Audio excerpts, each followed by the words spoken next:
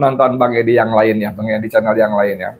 Nah, saudara sekalian, meskipun gosip, tapi kalau ini terus bergulir menjadi bola liar, bukan mustahil menteri-menteri itu akan mundur.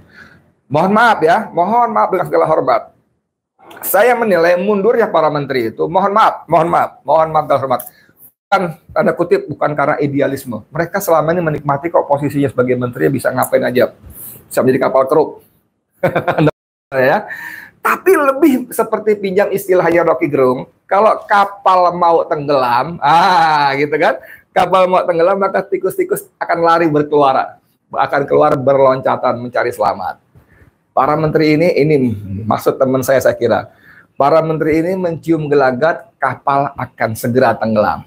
Dan ini ditangkap juga oleh Joko Widodo. Kalau menterinya punya sikap seperti itu, maka dia merasa kapal yang dinakoda dengan sembrono ugal-ugalan ini akan tenggelam.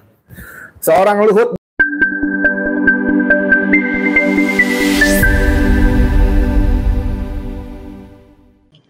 Bismillahirrahmanirrahim. Assalamualaikum warahmatullahi wabarakatuh. Saudara, dengan saya Edi Mulyadi dari Forum News Network FNN. Penonton Bang Edi Channel, Anti Oligarki, Salwa Media, Racikan Berita, Favipa TV, apalagi Maman Rohman, apalagi Fokus Perjuangan. Wah, paling belakangan paling keren namanya ya. Saudara sekalian, hari-hari ini kita dijajali berita yang bersumber dari ekonom senior Faisal Basri. Konon kata Faisal Basri, ada 15 menteri yang diisukan akan mundur. Bahkan secara spesifik Faisal menyebut 2 nama, yaitu satu Menteri Keuangan Sri Mulyani dan Menteri PUPR, Pekerjaan Umum dan Perumahan Rakyat, Basuki Hadi Mulyono. Mulyono. Kalau Jawa Mulyono, kalau Sunda Mulyana. Nah, bagaimana ceritanya seperti itu? Banyak. Tapi khusus tentang Sri Mulyani, ini sebetulnya bukan kali pertama isu Sri Mulyani bakal mundur. Karena beberapa waktu sebelumnya juga sempat terpetik kabar seperti itu. Saudara kalian, sebelum saya panjang lebar, saya bacakan ada berita antara lain dari CNBC. Memang sumbernya dari ketika Faisal Basri bicara di sebuah acara yang diselenggarakan oleh CNBC ya. Judulnya ini daftar 15 menteri yang dikabarkan mundur dari kabinet Jokowi. Ekonom senior yang juga merupakan salah satu pendiri Institute for Development of Economic and Finance atau INDEF, Faisal Basri mengungkapkan setidaknya ada 15 menteri yang siap mundur dari kabinet Indonesia Maju pemerintahan Presiden Joko Widodo. Saudara sekalian, siap mundur ya. Beda dengan peristiwa atau isu-isu sebelumnya, namanya reshuffle. Kalau reshuffle, penggantian menteri atas kehendak, hak prerogatif presiden yang diperoleh dari amanat konstitusi. Jadi kalau reshuffle maunya presiden, tapi kalau ini mundur, ini maunya masing-masing menteri yang bersangkutan. Ini menarik saudara sekalian. Dia menyebutkan total ada 15 menteri yang berpotensi mundur. Termasuk Menteri Keuangan Sri Mulyani Indrawati dan Menteri PUPR Basuki Hadi Mulyono. Kira-kira 15 lah kata Faisal dalam program Closing Bell CNBC Indonesia Jumat. Udah lewat, tapi terus bergulir ya. Ini bergulir, menarik. Faisal menjabarkan selain 2 orang itu akan ada 5 orang menteri yang berasal dari Partai PDI Perjuangan. Lalu Menteri Perencanaan Pembangunan BPN Bappenas Suharto Monarva dan 2 menteri dari PKB. Selanjutnya ada 1 menteri dari Nasdem, yaitu Menteri Lingkungan Hidup, yaitu Siti Nurbaya Bakar. Nasdem punya 3 menteri ya. 1 Johnny G. Plate, kedua Syahrul Yassin Limpo, dua-duanya sudah bermasalah dengan hukum. Yang ketiga tinggal Siti Nurbaya. Oke, menarik. Kemudian ada juga Menteri ESDM Arifin Tasrif, ada Menlu Retno Marsudi dan Menteri Koordinator Bidang Politik Hukum dan Keamanan Mahfud MD. Nah, khusus Mahfud MD ketika ditanya wartawan, dia belum mendengar ada isu gosip para menteri yang akan mundur. Tapi tentang Mahfud sendiri, jauh-jauh hari dia mengatakan dia tidak akan mundur, walaupun sudah berstatus sebagai cawapres. Soal pengaturan kampanye, dia mengatakan saya akan berkampanye pada hari libur Sabtu dan Ahad, kalaupun hari kerja akan cuti. Oke. Sekarang saudara-saudara, kira-kira bagaimana dampaknya ya? Walaupun sebatas isu. Nah, kebetulan kan kita ini, saya alhamdulillah Allah kasih profesi namanya wartawan, ya kan? Wartawan itu seperti pada umumnya mendengar lebih banyak, melihat lebih banyak ketimbang masyarakat awam umum ya. Nah, kok soal seperti ini saya mendengar lagi gosip tentu saja karena belum terbukti terjadi maksud saya. Tapi gosip tidak seluruhnya salah, gosip tidak seluruhnya hoax, gitu ya. Gosip pada konteks ini lebih pada cerita di bawah permukaan, ya, yang belum muncul ke permukaan. Nah, konon kabarnya saudara sekalian, gosip 15 menteri mundur ini membuat Jokowi resah. Wow, Jokowi gelisah, tidak tenang. Saya mendengar salah seorang sahabat saya yang kemarin aktif dalam isu menggulirkan kembali pemakzulan lewat kelompok petisi 100. Sekedar informasi, saya juga salah satu penanda tangan petisi 100 ya.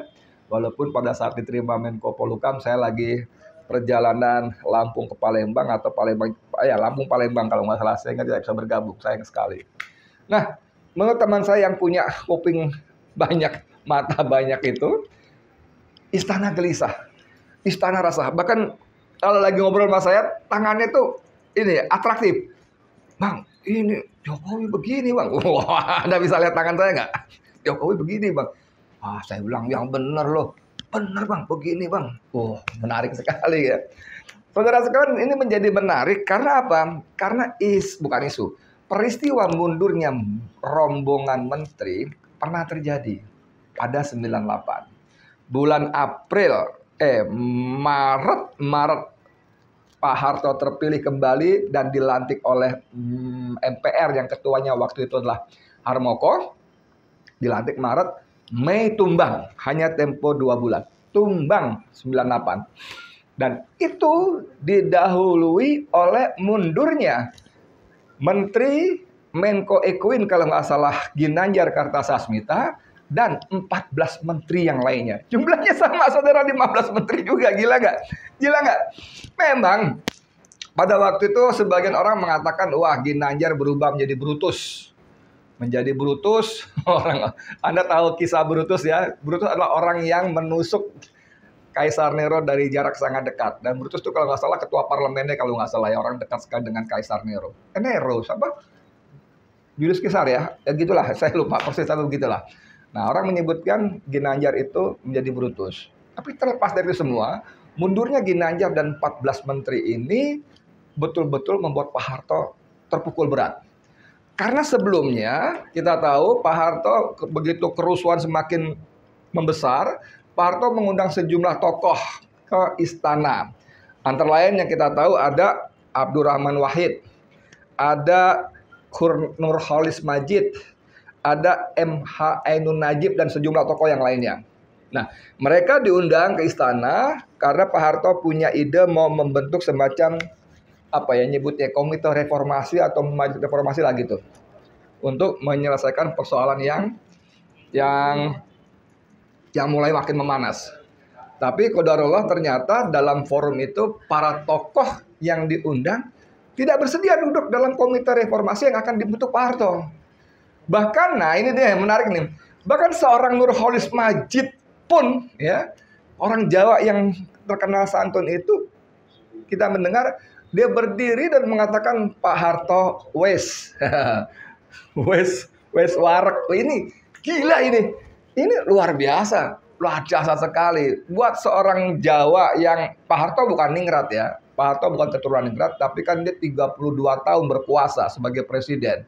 Ya kan, walaupun dia anak petani, anak desa ya, tapi 32 tahun berkuasa, selama 32 tahun nyaris tidak ada orang dekat yang berani berkata tidak pada dia.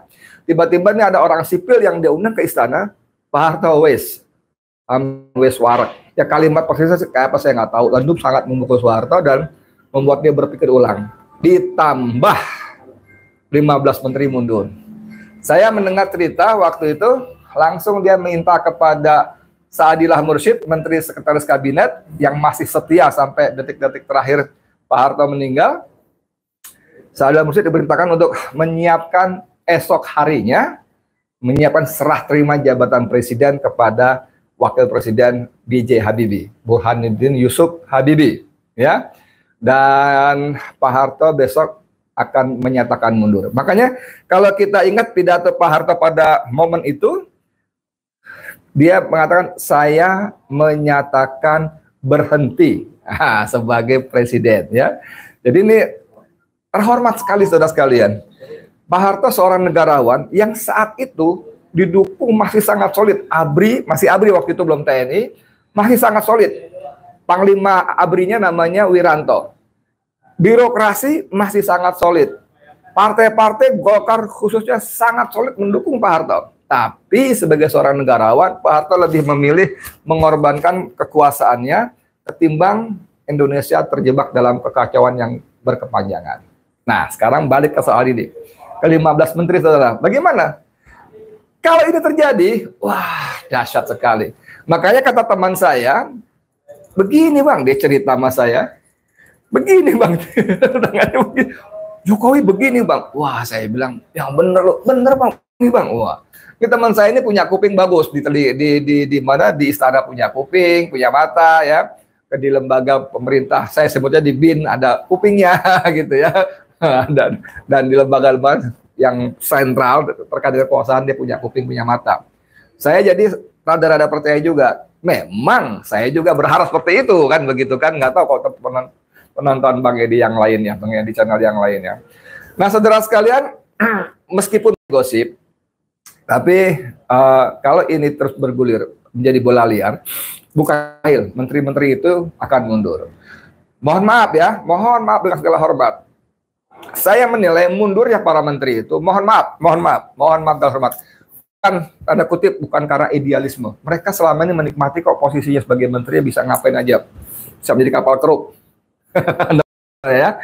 Tapi lebih seperti pinjam istilahnya Rocky Gerung, kalau kapal mau tenggelam, gitu kan, kapal mau tenggelam maka tikus-tikus akan lari berkeluaran, akan keluar berloncatan mencari selamat.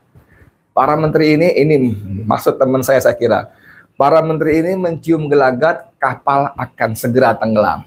Dan ini ditangkap juga oleh Joko Widodo, kalau menterinya punya sikap seperti itu, maka dia merasa kapal yang dinakoda dengan sembrono ugal-ugalan ini akan tenggelam. Seorang Luhut Binsar Panjaitan sekalipun nggak bisa apa-apa. Walaupun saya udah lihat dia sekarang rambutnya udah hitam lagi kan. Udah hitam lagi. Ocehannya juga udah mulai nyerang-nyerang lagi. Ngapain bicara isu pemakzulan, tidak perlu gitu kan. Apalagi ada pejabat negara ikut-ikutan bicara pemakzulan. Lebih baik fokus ke 14 Februari bla bla bla bla. Biasalah. Kalau bukan begitu bukan Luhut namanya. Nah, saudara sekalian, Anda gimana? Anda masih berharap seperti kata Luhut, ngapain gitu? Atau Anda ingin perubahan yang menurut saya memang tidak harus dilakukan. Dan selama Jokowi Widodo duduk sebagai presiden, keadilan, transparansi, fairness, ya. Apalagi teman-teman yang masih ngotot dengan pemilu nih, kayak teman saya Hanan nih. Wah, tiap hari dul dari racikan berita. Tiap hari Hanan prospek saya, "Bang, ayo Bang Anies, Bang Amin." Saya harus ulang-ulang, saya tidak percaya pemilu, gitu ya. Karena saya tahu Jokowi menyiapkan A sampai Z-nya. Tapi kalau pemilu terjadi, ya kita akan pilih Anies dong. Nggak bisa enggak, Anies harus kita pilih kan, amin kan. Setuju ya? Oke, silakan, kita cuma bisa menduga-duga, kepastiannya nanti akan Allah tentukan pada hari hanya. Makanya saya coba bilang, wallahu a'lam bishawab. Tapi semangat perubahan harus tetap kita gelorakan. Dan itu harus kita diiringi dengan usaha sungguh-sungguh, ekstra keras, dan terus berdoa pada Allah. Oke, setuju ya? Saya Edi Mulyadi untuk FNN, untuk Indonesia lebih baik. Assalamualaikum warahmatullahi wabarakatuh.